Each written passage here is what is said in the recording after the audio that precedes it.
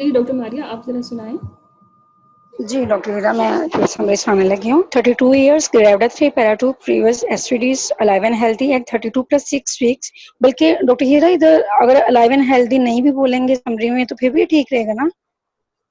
मेरा ख्याल है समरी को बहुत कंसाइज होना चाहिए। जो बातें जरूरत नहीं है मैनेजमेंट को अफेक्ट करती हैं तो क्या जरूरत है। मींस जी जी यू कैन बिल्कुल ठीक है। Add, you can omit, it's up to you. हाँ जी बिल्कुल। डॉक्टर हीरा, केस समरी है। 32 years, gravid 3 para 2 all STDs at 32 + 6 weeks with the known case of rheumatic heart disease for the last 3 years, and presented with easy fatigability and shortness of breath for the last 1 week. She is pale, GVP is not raised, sacral and pedal edema is not present. First and second heart sound is audible with some added sound at the mitral area. Per abdominal examination for some physiofundalitis 32 weeks, longitudinal cephalic, and Likert seems to be adequate, and estimated fetal weight is 1.8 kg. On investigation, her hemoglobin is 7 gram per deciliter. ठीक है, इसके risk factors क्या हो गए? Doctor, एक तो rheumatic heart disease और दूसरा अनीमिया था। ठीक है, ये आपकी समरी जो है लिखी भी हुई है। ठीक थी, मतलब आपने ना थोड़ा मारिया टाइम ज़्यादा नहीं ले लिया। राउंड अबाउट आपने 15 जी जी। मिनट में हिस्ट्री सुनाई थी। जी जी बिल्कुल डॉक्टर हीरा, इसी तरह मैं डायबिटीज की भी, क्रोनिक डायबिटीज की जब हिस्ट्री पूरी मतलब इस तरह कर रही थी ना रिकॉर्ड, और इस तरह सुन रही थी, मतलब मैं सोच रही थी कि कोई भी इस तरह क्रोनिक इलनेस है ना जिसमें हम प्रायर मतलब उसकी बताते हैं प्रीवियसली वो कंट्रोल थी या अनकंट्रोल थी, या वो किस चीज पे थी, डायग्नोज कैसे हुई थी, और फिर उसकी जो प्री ऑपरेटिव मतलब प्री प्रेगनेंसी प्री कॉन्सेप्शन कोई वर्कअप हुआ था या नहीं हुआ था, फिर वो प्रेगनेंसी में एंटर हुई, और ये वो सब चीजों में ना अगर हम सारे कंपोनेंट्स को ऐड करते हैं ना तो सारी क्रोनिक जो सी इलनेस है जितने भी है ना उनकी हिस्ट्री इतनी लंबी ही हो जाती है।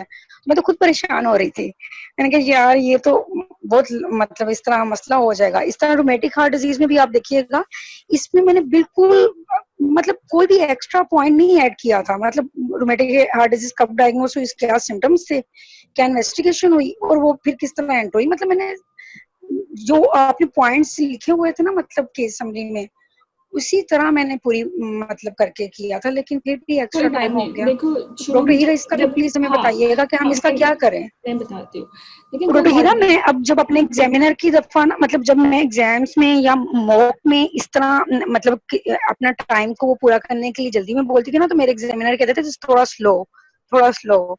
तो अब मुझे तो तो कुछ ये ज्यादा चीज ही स्लो समझ हो नहीं आती गई। जब हम, हाँ जी डॉक्टर हीरा, लेकिन जब हम बहुत ज्यादा कुछ जल्दी वो मैं मतलब मेरी आदत है मैं थोड़ी स्पीड से बोलती हूँ, लेकिन अगर स्पीड से बोलूंगी ना तो फिर वो मतलब स्लो डाउन, और अगर हम हर बात एग्जामिनर के कान में भी डाल रहे हैं कि उसने इस तरह वर्कअप किया था, फिर इस तरह एंटर हुई थी, प्री प्रेगनेंसी का कंट्रोल था नहीं कंट्रोल था, वर्कअप क्या हुआ था, अब कैसे आई है, फिर किस सिम्टम्स के साथ, फिर अब हॉस्पिटल में आके क्या हुआ है, अगर हम इसको जल्दी से नहीं बोलेंगे तो फिर वो वाकई टाइम मैनेजमेंट नहीं होती। तो इसका भी प्लीज कुछ बताइएगा डॉक्टर हीरा कि इंशाल्लाह मैं हमें क्या करें हम इसका। बताती हूँ।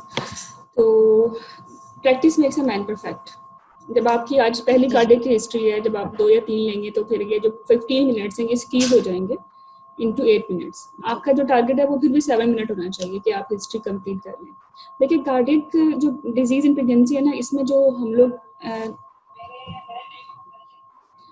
लोग जो एक्सपेक्ट करते हैं ना स्टूडेंट से, हम ये नहीं चाह रहे होते कि वो कार्डियक डिजीज की पैथोफिजियोलॉजी में बताएं, उसकी मॉनिटरिंग बताएं, उसके ट्रीटमेंट बताएं। हमारा जो बीइंग ऑफ सजेशन इंटरेस्ट होता है वो ये होता है कि अगर कोई पेशेंट किसी मेडिकल कंडीशन के साथ है तो जो नॉर्मल फिजियोलॉजी ऑफ प्रेगनेंसी है वो किस तरह एग्रावेट हो रही है, प्रेगनेंसी उस डिजीज को कैसे कॉम्प्लिकेट कर रही है, फीटस कैसे कॉम्प्लिकेट हो रहा है, फिर उसको मॉनिटर कैसे करना है, उसके विजिट्स कैसे प्लान करने हैं, what will be multidisciplinary team approach, what will be mode of delivery, time of delivery, और परफ्यूरियम। हम इन चीज़ों में ज़्यादा इंटरेस्टेड होते हैं। यही वजह है ना, यही होता है। हम नहीं पता कि मरमर किस टाइप का आ रहा है, कार्डियक जो है आपने जो है कैसे किया है एग्जामिनेशन, वही न्यू के आप लोग कार्डियोलॉजिस्ट नहीं हो। ठीक है, तो इतनी डीप हम लोग नहीं चाह रहे होते। ठीक है, तो मैंने कुछ टेम्पलेट्स बनाए हैं, मैं उनको बता देती हूँ कैसे उनको लेके चलना है। एक मिनट, स्क्रीन को मिल जाती है।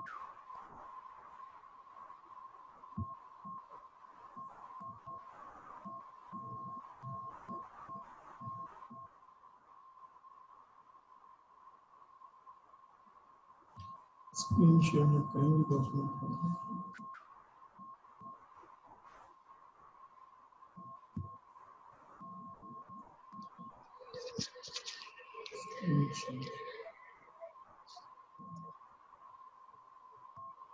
डॉक्टर हीरा उसी टेम्पलेट्स में ही तो आपने मतलब वो उसमें होता है कि ये पहले हम उसके पहले वाले सारा इवेंट फिर कैसे इन्वेस्टिगेशन सारी चीजें इसी पे जा रही थी। ये टेम्पलेट है, किसी को नजर आ रहा है?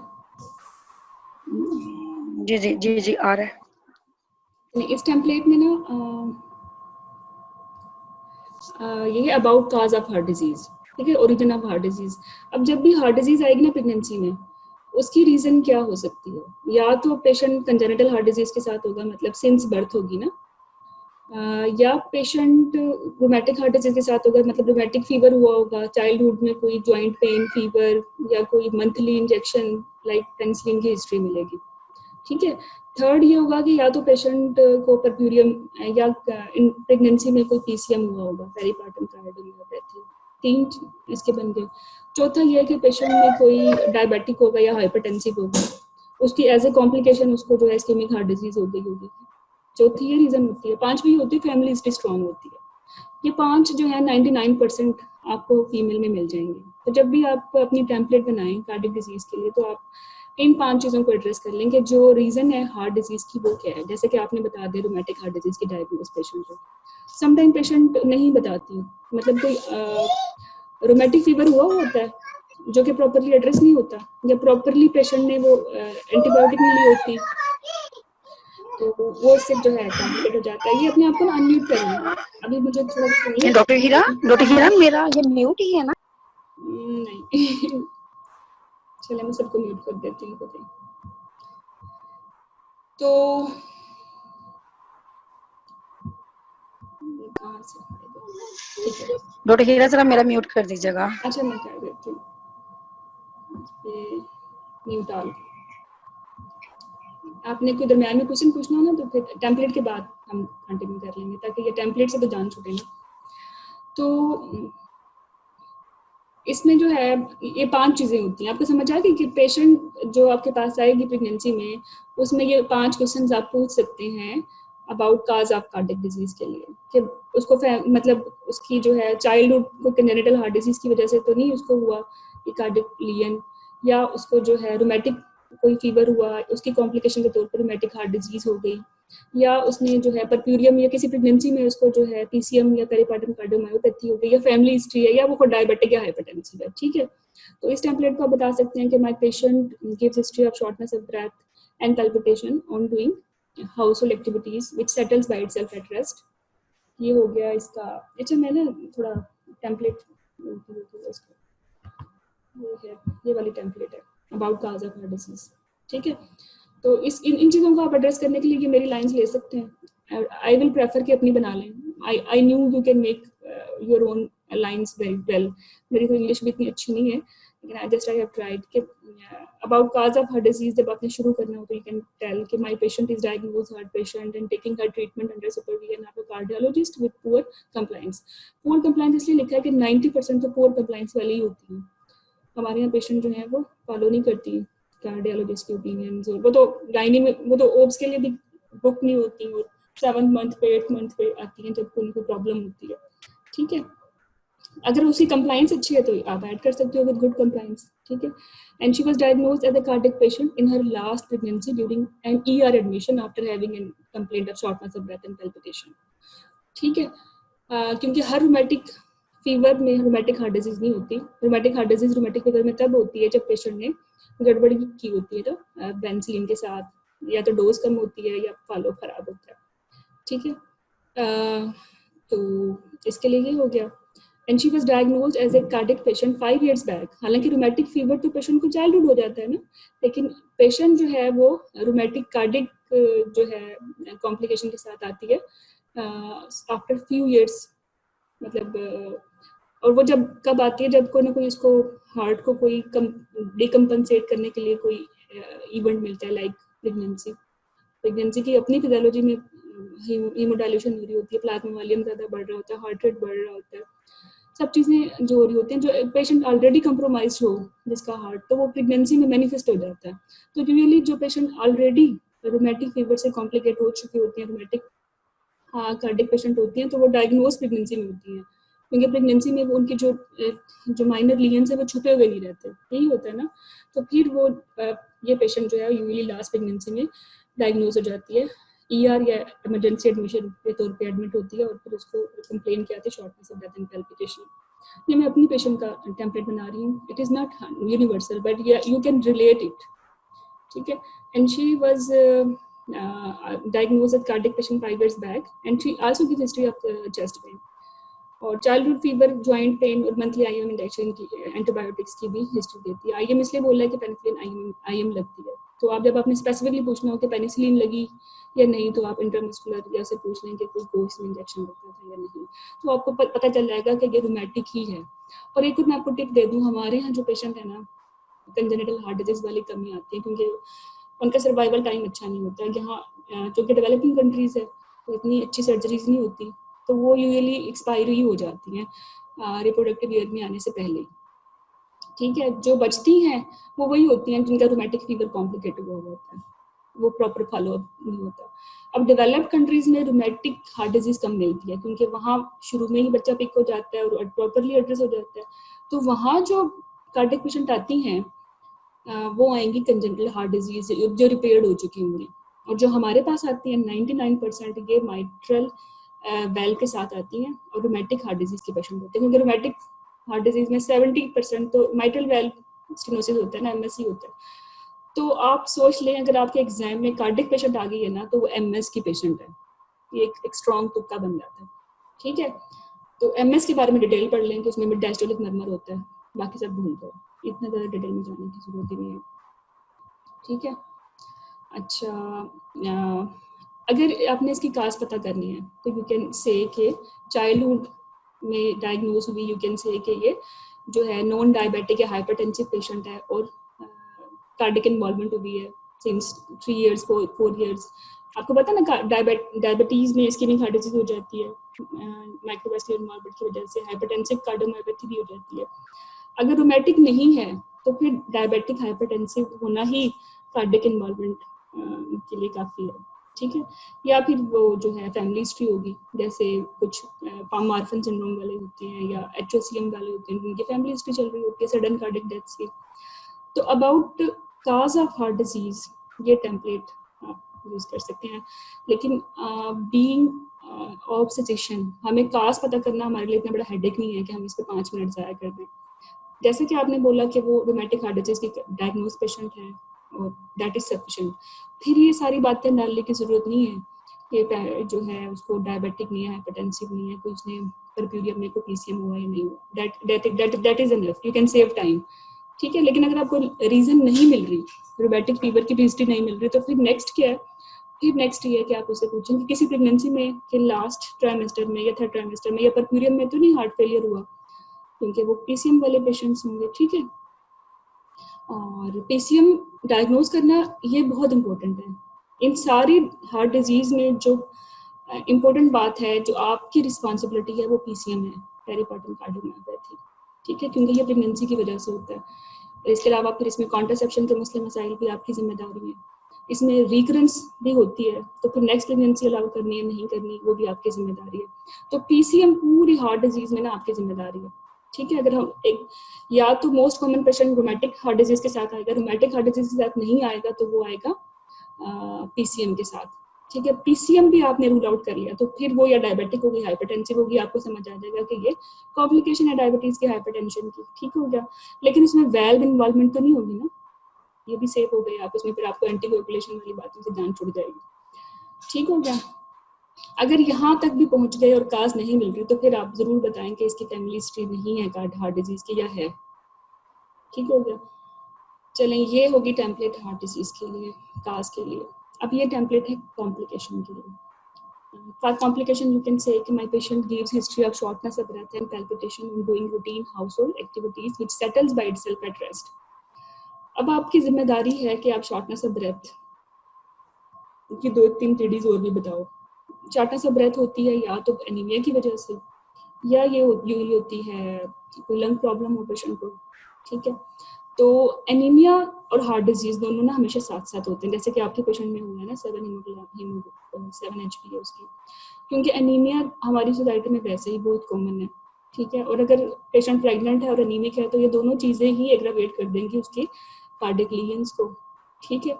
तो ये शॉर्टनेस ऑफ ब्रेथ, ये इसमें 3 चीज़ें आ जाएंगी, ठीक है। या तो वो हार्ट फेलियर में जा रही है या वो एनीमिक है, लेकिन आपने लंग डिजीज में को भी डालना है इसमें, जो मैं आपको बता चुकी हूँ कि शॉर्टनेस ऑफ ब्रेथ है बट नो हिस्ट्री ऑफ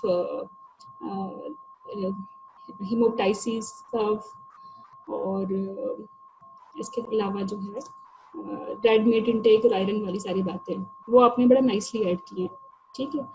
अच्छा, जब भी शॉर्टनेस ऑफ ब्रेथ आ जाए तो या पेशेंट कार्डियक है तो आप पे ये लाजिम है कि आप उसको क्वांटिफाई करें कि वो नेहा 1 में, 2 में, 3 में, 4 में, क्योंकि इसी ग्रेड की वजह से आप मैनेज कर सकती हैं ना। 1 और 2 वाले थोड़े लो रिस्क बन जाते हैं, 3 और 4 वाले हाई रिस्क बन जाते हैं। लेकिन यहाँ भी आपके लिए एक टिप है, और वो टिप ये है कि CPSC में नेहा 2 वाले ही आते हैं, 3-4 वाले वो अनस्टेबल होते हैं, वो तो वो भेजेंगे ही नहीं, ठीक है।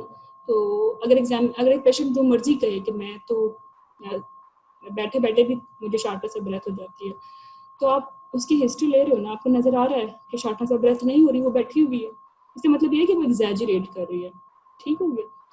तो ये 99% पेशेंट नेहा 2 में ही होगी, नेहा 1 में ना कहीं, नेहा 1 में कार्डियक पेशेंट बहुत कम होती है, नेहा 2 में ही होती हैं जो हमारे पास आती हैं।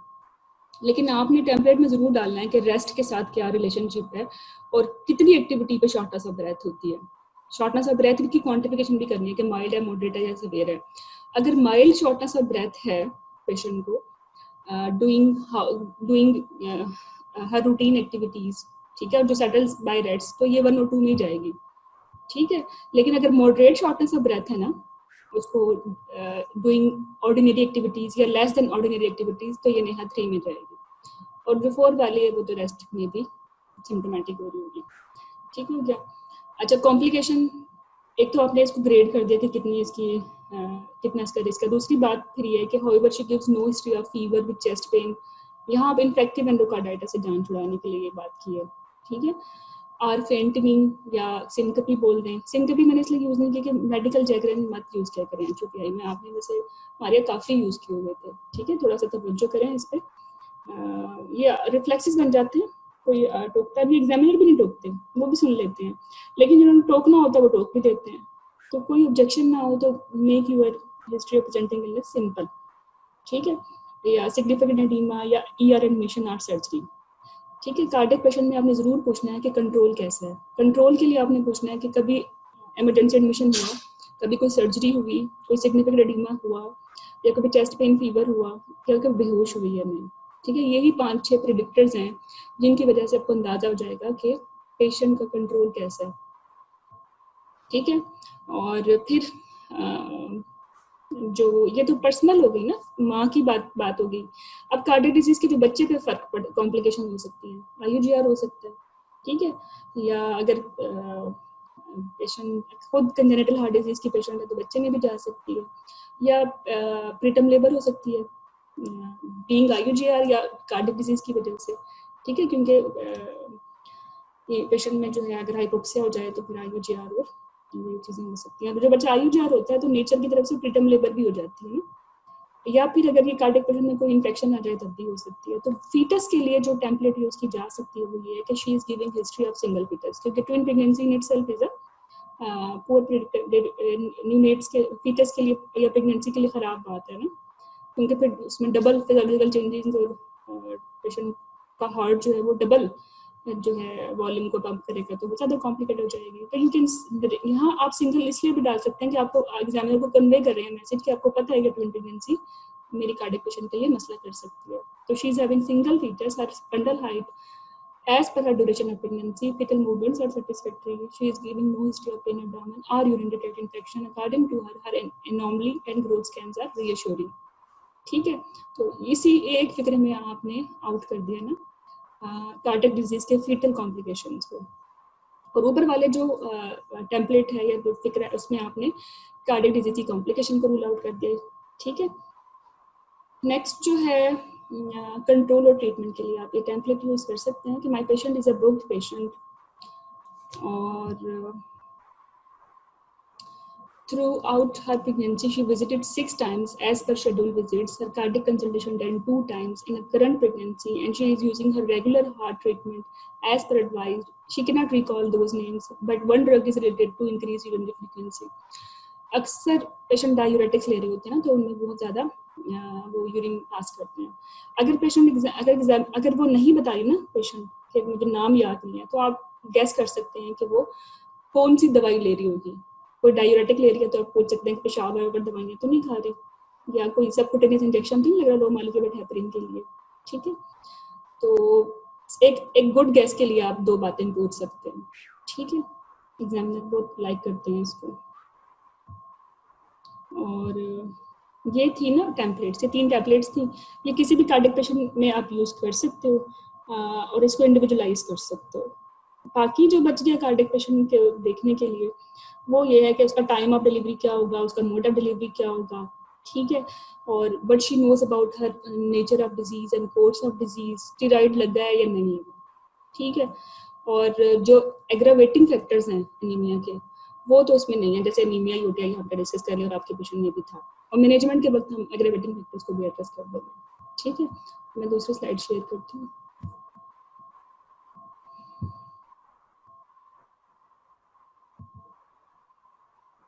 ठीक है, तो आपकी पेशेंट 32+6 वीक्स पे है, known case of rheumatic heart disease है ना, 70% इसमें माइट्रल सिरोसिस निकलेगा। ठीक है, she presented with easy fatigability and shortness of breath for last 1 week and she is pale, JVP not raised, first and second heart sounds audible with some added sound। ये आपने बड़ा अच्छा किया, आपने directly नहीं बताया कि some added sounds, क्योंकि हम आपसे एक्सपेक्ट नहीं करते कि आप बताएं कि मिड डायस्टोलिक बर्बर है माइट्रल एरिया पे। ठीक है, बस आपने पिक कर लिया कि नॉर्मल साउंड है, दैट इज सफिशिएंट। और एब्डोमिनल एग्जामिनेशन आपने बताया कि 32 की हाइट है, मतलब आयुजर बच्चा नहीं है, काफ़ी है 2 kg इस एज इस जेस्टेशन से वेट भी ठीक है। तो ओवरऑल सिनेरियो से लग रहा है कि पेशेंट जो है वो नेहा 2 में है और एनीमिया के साथ आई है। बेसिकली एनीमिया ने इसको मजबूर किया है 1 वीक में, इसको जो शॉर्टनेस ऑफ ब्रेथ हुई, इजी फटीगनेस हुई है।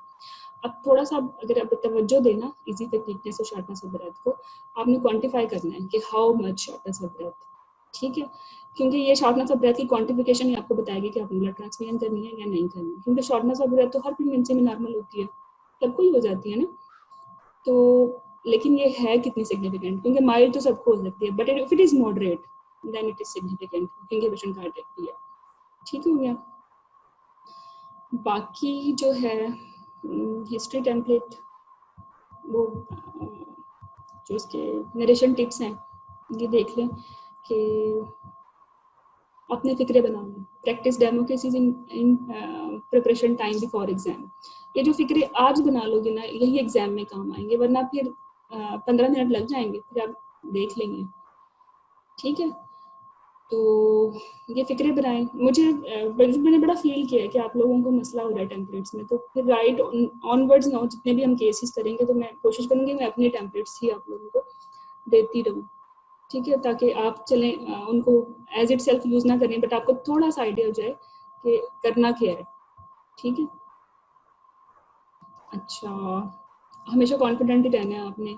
एग्जामिनर की आंखों में देखें, एग्जामिनर की आंखों में तो तब देखोगे ना जब फिक्रे बनी हुई है, जब आपके सर में बहुत ज़्यादा इन्फॉर्मेशन है, उनको आपको एक्सप्लेन करना नहीं आ रहा, तब आप बहुत कंफ्यूज हो जाओगे, ना एग्जामिनर को देखोगे ना अपने आप को संभाल पाओगे, फिर टाइम भी ज़्यादा हो जाएगा।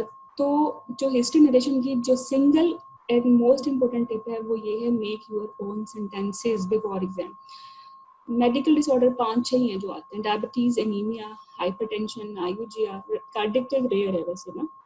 ठीक है, ये कार्डियक या ऑक्सकोलिस्टेसिस, जॉन्डिस, थायराइड ये कम आते हैं। 90% तो डायबिटीज, एनीमिया और हाइपरटेंशन ही आते हैं। तो इन तीनों के भी टेम्पलेट बनाए जा सकते हैं।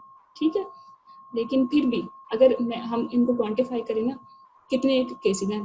20 केसेस हैं मिला के ओबीजी के सारे। तो 20 केसेस की टेम्पलेट बनाना मुश्किल नहीं है। This is the time you can make these templates, और उनको अपने अपने पेशेंट के इंडिविजुअल सर्कमस्टांसेस में सिर्फ मॉडिफाई करना है, ठीक है, यस और नो ही ऐड करना है, क्योंकि फिक्रे तो बने हुए हैं, आपको पता है कि क्या बोलना है क्या नहीं बोलना, ठीक है।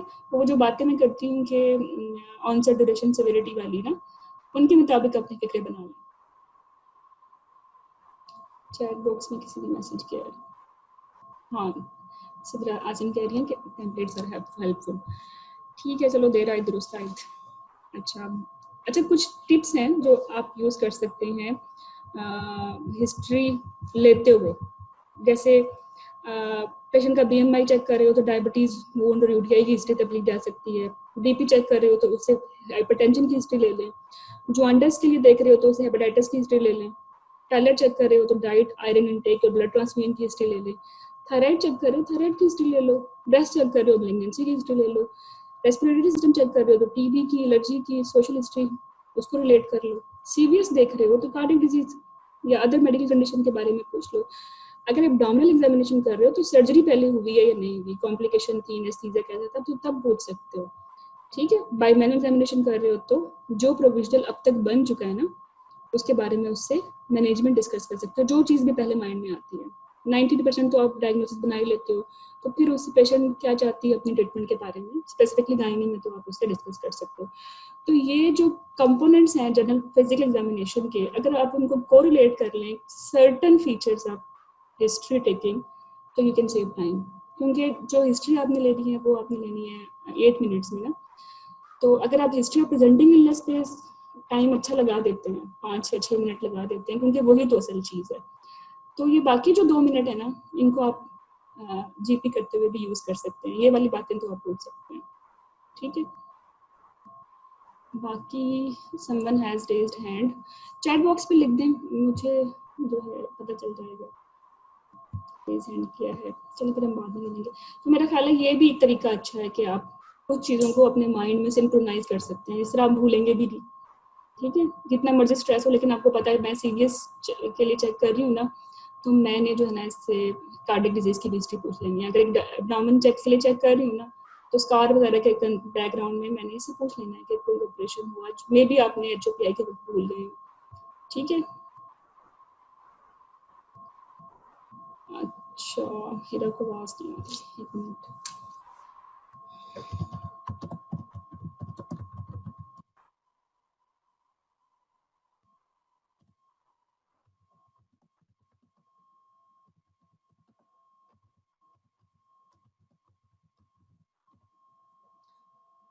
तो ये छोटी सी टिप थी, आगे चलते हैं।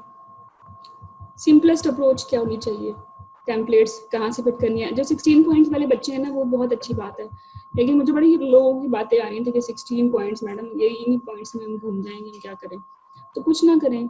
अगर आप onset, duration, severity, complication, treatment, till now, fact of treatment, ये जो 6-7 पॉइंट बिफोर एडमिशन वाले हैं, इनको आपको मुश्किल लगता है यूज़ करना ड्यूरिंग HOPI, तो you can use that way. Start with chief complaint. जो भी चीफ कंप्लेंट है उसके बारे में पूछ लें, कब हुआ, ठीक है, वो किसके साथ एसोसिएशन है, उसके ड्यूटीज के बारे में 2-4 बातें पूछ लें, उसके रिस्पेक्टर्स पूछ ले, उसकी कॉम्प्लिकेशन पूछ ले, जैसे कि हमने कार्डिक में किया है। पता किया ना ऑनसेट कब हुआ था, सिंस बर्थ था, चाइल्डहुड में था, किसी प्रेगनेंसी में था, कोई फैमिली हिस्ट्री है कार्डिक पेशेंट की, कार्डिक डिजीज की, तो वो ऑनसेट ड्यूरेशन पता चल गई, ठीक है। एसोसिएशन भी साथ ही आ गई, उसके डिफरेंशियल भी साथ है, ये 2-3 बातें तो उसी चीज़ में कवर होगी। रिस्क फैक्टर्स हमने पूछ लिए, UTI तो नहीं है, ट्विन प्रेगनेंसी तो नहीं है, एनीमिया तो नहीं है, ठीक है। और कॉम्प्लिकेशन में हमने फीटल कॉम्प्लिकेशन भी पूछ लिया, IUGR वाली, एनॉमली स्कैन, ग्रोथ स्कैन वाली, और पर्सनल भी पूछ ली, कभी ER में एडमिशन हुआ, कोई सर्जरी हुई लाइक, या कोई पेशेंट को एंजाइना हुआ या सिनकपी हुई, ठीक है, कोई सवेयर शॉर्टनेस ऑफ ब्रेथ हुई, या किसी सिग्निफिकेंट एडिमा हुआ। तो ये चीफ कंप्लेंट से शुरू करें, इनके बारे में पूछ लें। फिर उसे पूछ लें कि इन्वेस्टिगेशन कितनी हुई है, इकोकार्डियोग्राफी कभी प्रेगनेंसी में हुई, कितनी दफ़ा हुई, ठीक है, ऐसी चीज़ होती है, नहीं होती है। और आफ्टर हॉस्पिटल एडमिशन कोई आपको कार्डिक कंसल्टेशन हुई, कोई इकोकार्डियोग्राफी हुई, एनेस्थीसिया फिटनेस हुई, स्टेरॉइड तो लगे, बच्चे के डॉक्टर ने देखा, मतलब ये इन्वेस्टिगेशन जो होनी चाहिए बिफोर एडमिशन जो थी वो भी देख लें, और जो आफ्टर एडमिशन हुई है वो भी देख लें। फिर ट्रीटमेंट पे आ जाए, क्या ट्रीटमेंट पहले ले रही थी, प्रेगनेंसी में कोई ट्रीटमेंट चेंज हुई, यूजुअली हो जाती है, स्टेटिन्स हम चेंज कर देते हैं, प्रेगनेंसी में सेफ नहीं है। कुछ एंटी हाइपरटेंसिव होती हैं जो प्रेगनेंसी में सेफ नहीं होती, हम चेंज कर देते हैं। तो आप पूछ लें कि प्रेगनेंसी में ट्रीटमेंट जो थी चेंज हुई या नहीं हुई, और आफ्टर एडमिशन कोई पेशेंट ट्रीटमेंट में कुछ नई चीज़ ऐड हुई। क्योंकि सम टाइम जो पेशेंट एंटीकोगुलेशन पे नहीं होती ना, हम अगर हमें लगे कि उसमें कोई जो है इंडिकेशन है तो हम खुद से ऐड कर देते हैं, ठीक है। तो वो नई चीज़ होती है, आप ऐड करिए। और ट्रीटमेंट में मल्टीडिसिप्लिनरी टीम भी आ जाएगी, पेशेंट इश्यूज एंड कंसर्न्स भी आ जाएंगे। तो ये 3 बातें अगर ध्यान में रहें तो आपकी HOPI ब्यूटीफुली बन जाती है। मैनेजमेंट ग्रेड में भी कंपोनेंट्स ही हैं, वही मैंने टाइम्स वी हैव डिस्कस्ड कि जब भी मैनेजमेंट पे जाएं तो सबसे पहले एग्जामिनर से पूछ लें कि पिछला वर्कअप दे दें आपको, ठीक है। और फिर आप अपना प्रोविजनल डायग्नोसिस बता दें कि my patient is gravid 3 para 2 32 weeks पे रोमैटिक हार्ट डिजीज के साथ, और इसके साथ जो है एनीमिया के साथ है, ठीक है। और उसके काउंसलिंग कर दें, रिजॉल्व करें जो उसकी प्रेजेंटिंग कंप्लेन है। देखिए ये पेशेंट आई तो एनीमिया के साथ है ना, शॉर्टनेस ऑफ ब्रेथ जो एनीमिया की वजह से हुआ है, जो एक डायग्नोज कार्डियक पेशेंट को एनीमिया ने कॉम्प्लिकेट किया। तो आप पे वाजिब है कि आप इसके एनीमिया को एड्रेस करें, ठीक है। उसको फिर आपने डाइट मॉडिफिकेशन बतानी है, रेड मीट के बारे में, कुकिंग स्टाइल के बारे में चेक करें कि फेरस सल्फेट ले रही है नहीं ले रही, थेरेपेटिक डोज में ले रही है नहीं ले रही। चूँकि अगर ये सिम्टोमेटिक शॉर्टनेस ऑफ ब्रेथ है तो 7 HP पे भी आपने इसकी ब्लड ट्रांसफ्यूजन करनी है। फिर कार्डियक पेशेंट है तो फिर आपने कैसे करनी है, आपने पैक्सल कंसनट्रेट्स देनी है अंडर डाययूरेटिक्स कवर या प्रोजेमाइड के साथ, ठीक है। और फिर आपने आफ्टर 1 सिंगल ट्रांसफ्यूजन असेस करना है। सिम्टम्स ठीक हो गए हैं तो फिर दोबारा उसको IV पे ले आए। 32 पे IV आयरन बेहतर है एज कम्पेयर टू ओरल, ठीक है। उसके जो स्टोर्स हैं वो बिल्डअप कर दें। अगर वो आफ्टर सेकेंड ट्रांसफ्यूजन भी ये पेशेंट सिम्टम्स नहीं सही होते तो फिर फर्स्ट ट्रांसफ्यूजन भी सिम्टम्स ठीक नहीं होते फिर सेकंड ट्रांसफ्यूजन कर दें, ठीक है। समटाइम मैंने देखा कि अगर पेशेंट की HP 6-7 है, 6 लेट्स सपोज 7 है, तो आपने 32 पे उसकी पूरी 11 करनी होती है, ठीक है। ऐसा ना करें। Still she has a time. अगर इसमें कोई प्री टर्म लेबर की हिस्ट्री नहीं है तो likely she will go till term. तो 32 के बाद 8 वीक्स हैं इसके बाद। अगर आप इसको सिम्टम फ्री कर देंगे तो आप मैसिव ट्रांसफ्यूजन से बच जाएंगे, ठीक है। सिर्फ एक ट्रांसफ्यूजन से अगर she is going to be asymptomatic तो बाकी जो इसकी एनीमिया जो बिल्डअप करेंगे वो IV से आयरन से करेंगे, डाइट थेरेपी से करेंगे, ठीक है। बाकी अब चौथे स्टेप पे मल्टीडिसिप्लिनरी टीम को ऐड कर दें। ऑप्टिमाइज हो गई है तो शी कैन गो होम अगर IUGR नहीं है आपका पेशेंट, ठीक है। और कोई इसको रोमैटिक हार्ट डिजीज है लेकिन कोई वैल्वुलर लीजन नहीं है तो ये जा सकती है। लेकिन अगर ये घर नज़दीक है तो अगर ये स्टेबल नहीं होती तो टिल हर डिलीवरी ये हॉस्पिटलाइज्ड ही रहेगी, ठीक है। But if she become stable she can understand how to look after herself. कोई घर में कोई बड़ा उसके साथ है, कोई सपोर्ट है, ट्रांसपोर्ट अवेलेबल है अराउंड हॉस्पिटल 30 मिनट में पहुंच सकती है, ठीक है। तो फिर ये घर भी जा सकती है, लेकिन इस वादे पे कि ये हर हफ्ते आएगी। और फिर हर हफ्ते आएगी तो आपने इसका BP चेक करना है। वो जो बातें मैं कहती हूँ कि आपने ट्रिपल असेसमेंट करनी है, हिस्ट्री पूरी ले रही है, एग्जामिनेशन करना है और फिर इसकी इन्वेस्टिगेशन कुछ रिपीट करवानी है, जैसे यूरिन के लिए चेक करवाना पड़ जाएगा, ठीक है। ग्रो स्कैन अगर डी है तो वो करवा लें। बाकी जो है जब ये 34 पे आ जाए तो time of delivery, mode of delivery, contraception जरूर डिस्कस करें, ठीक है। और ब्रेस्ट फीडिंग के बारे में डिस्कशन करें। डिलीवर हो जाए, अब डिलीवर कैसे करना है। कार्डियक पेशेंट में अगर पेशेंट की पहले स्पॉन्टेनियस डिलीवरीज हैं जैसे कि आपकी पेशेंट में है तो फिर अभी भी नॉर्मल डिलीवर होगी, ठीक है। आपको जो मेरा कार्डियक डिजीज का डेडिकेटेड लेक्चर था मैंने बड़ा क्लियरली बताया हुआ है कि there are only certain situation जिसमें हम इलेक्टिव सेक्शन करते हैं। जब पेशेंट नेहा 3 में आ जाता है या पेशेंट जो है आइजनमेंगर के साथ आ जाता है या पेशेंट को ऑक्टेशन के साथ आ जाता है। अदरवाइज सब पेशेंट की हमने नॉर्मल डिलीवरी करनी है, लेकिन हमने प्लान्ड करनी है, इंडक्शन करनी है। हमने पेशेंट को ऐसी पेशेंट जो कि हाई रिस्क है उसको स्पॉन्टेनियस का वेट करने के लिए नहीं छोड़ देना कि रात के 3 बजे आ जाए। और मल्टी डिसिप्लिनरी टीम के नाम पे हमारे पास जूनियर HOs और बेड HGO नॉन एनेस्थेटिस्ट मिले ना ऑब्स्टेट्रिशियन मिले। तो इट्स बेटर कि जब ये 38 पे आ जाए उसको एडमिट करो और उसकी प्लान इंडक्शन करो, ठीक है। You can admit this patient even at 36 weeks. You can say कि मैं वर्कअप कंप्लीट करवा लूँगी, मीनवाइल एनेस्थीसिया फिटनेस हो जाएगी इसकी, ठीक है। एनेस्थीसिया फिटनेस जो है अगर पेशेंट कार्डियक है ना तो even then with epidural it is better कि वो लेबर में जाए, क्योंकि पेन जो है वो कार्डियक फिजियोलॉजी को ख़राब कर देता है। पेन से जो है पल्स रेट ज़्यादा हो जाती है, पल्स रेट ज़्यादा पेशेंट हार्ट फेलियर में जा सकता है। तो चाहे वो नॉर्मल डिलीवरी हो, इंडक्शन ही हो, लेकिन अंडर जो है एपिड्यूरल, ठीक है। फिर आपने जब वो डिस्चार्ज हो जाएगी तो नेक्स्ट प्रेगनेंसी के बारे में बताएं। TCM वाले पेशेंट में तो बिल्कुल नहीं उसको अलाउ करना। अगर बहुत हाई रिस्क कंडीशन है, नेहा 3 वाली, उसको भी अलाउ नहीं करनी नेक्स्ट प्रेगनेंसी। हाँ, नेहा 1-2 वाली को हमने जब वो इसका एनीमिया 2 साल तक चीज़ें कवर हो जाए तो under supervision she can plan conception, लेकिन 2 साल की कॉन्ट्रासेप्शन तो देनी है उसको। फिर उसको बताना है कि वो प्लान्ड हो। राइट नाउ यू सेड कि ये प्रायर प्री कंसेप्शन काउंसलिंग नहीं हुई, स्पॉन्टेनियस कंसेप्शन है, ये एक बड़ा रिस्क फैक्टर है, ठीक है। उसमें फोलिक एसिड नहीं लिए भी एक रिस्क फैक्टर है। नेक्स्ट टाइम ये फोलिक एसिड भी लेगी, प्रॉपर अपना प्री कंसेप्शनल जो है प्लान फॉलो करेगी, फिर प्रेग्नेंट होगी, ठीक है। इसके बारे में अगर आप इतना पहुंच गए हो तो फिर रिसेंट एडवांसेस के बारे में बात हो सकती है, ठीक है। लेकिन कार्डियक पेशेंट में रिसेंट एडवांसेस मैंने कभी नहीं सुने। वी डोंट एक्सपेक्ट के जो है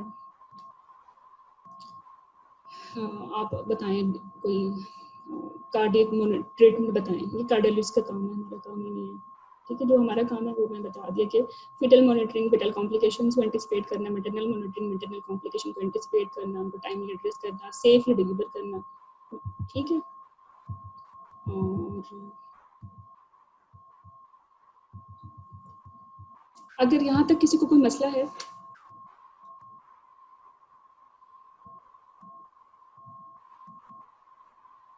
डॉक्टर हीरा, मेरा क्वेश्चन है।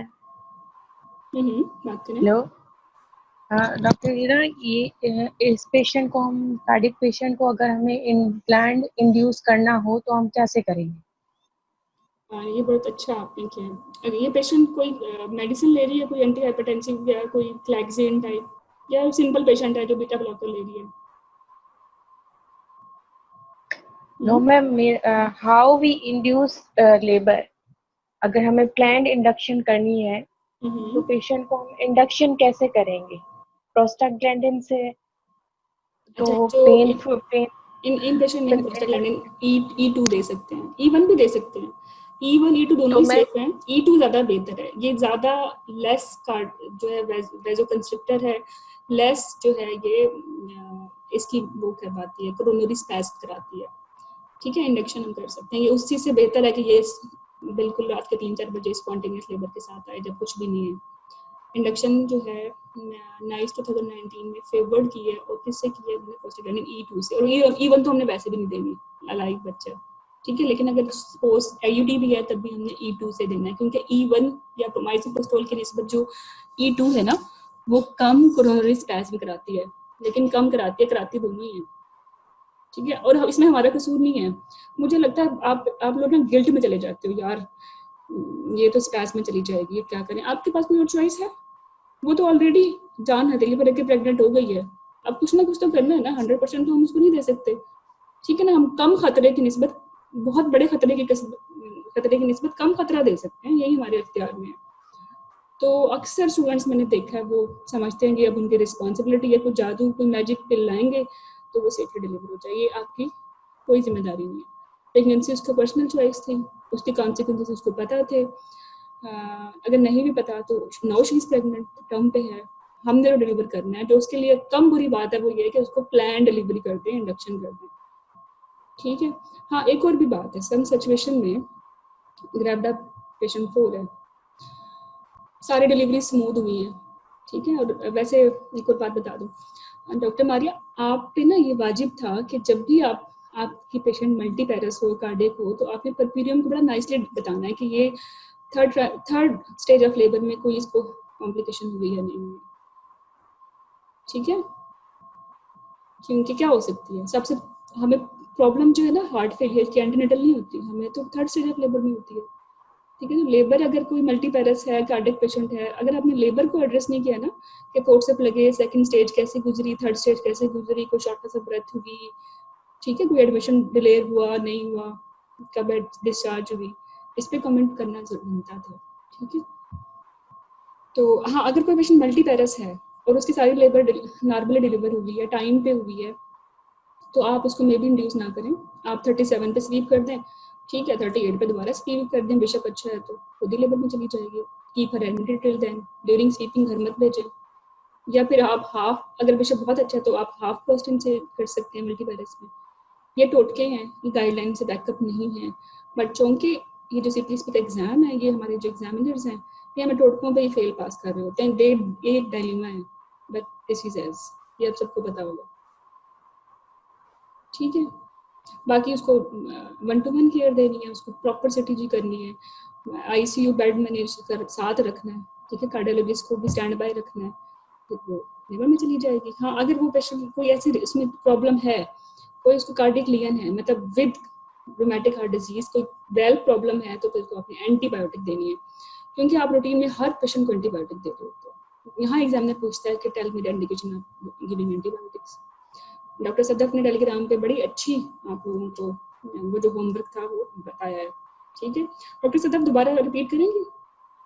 ये क्वेश्चन तो पूछने एग्जामिनर में, अगर ये आपको नहीं आएंगे ना तो फिर मसला हो जाएगा, ठीक है। इंडिकेशन ऑफ एपिड्यूरल एनेस्थीसिया क्या होता है? Mild and moderate MS, coarctation of the aorta, and for coarctation of aorta it is ideal and in Marfan syndrome। और सेक्शन कब करना है? अगर पेशेंट को MIA हो जाए within 2 weeks, ठीक है, क्योंकि ये इसका हार्ट इस काबिल नहीं है कि वो लेबर में जो पुशिंग फेज है उसको बर्दाश्त कर सके।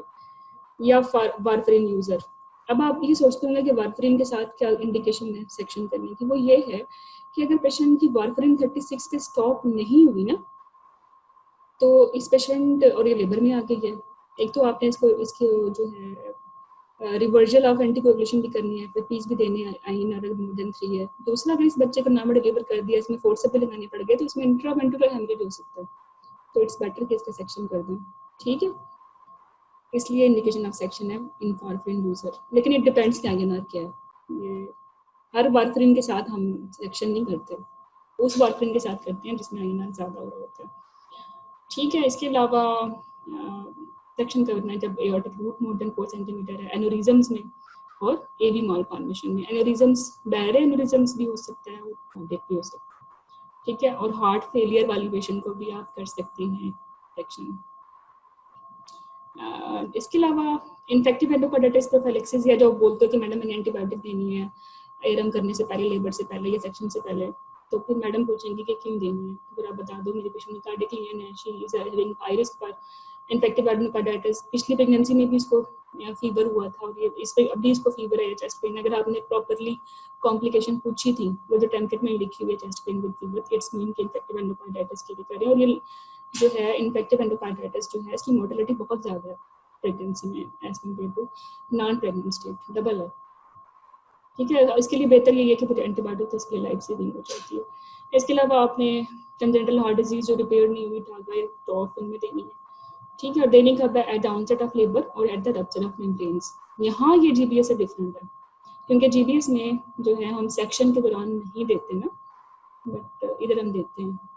ये बात पता है आप लोगों को?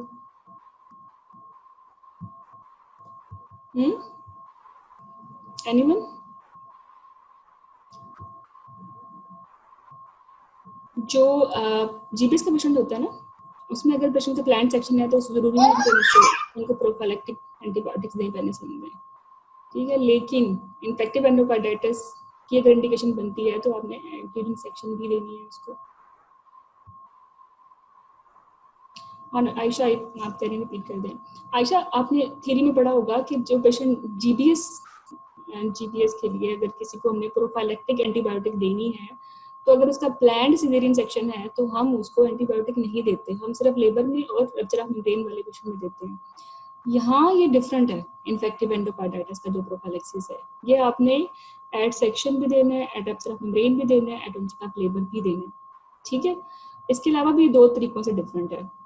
इन्फेक्टिव एंडोकार्डाइटिस का प्रोफिलैक्सिस यही है कि 1 ग्राम एमॉक्सिसिलिन या पेनिसिलिन देनी है, उसके बाद में 4-6 घंटे के बाद आपने 500 मिलीग्राम ओरल दे दिया एंटीबायोटिक, या 2 IV शॉट दे दें as per your hospital protocol, ये कोई प्रॉब्लम नहीं है, लेकिन आइडियल आपको पता होनी चाहिए।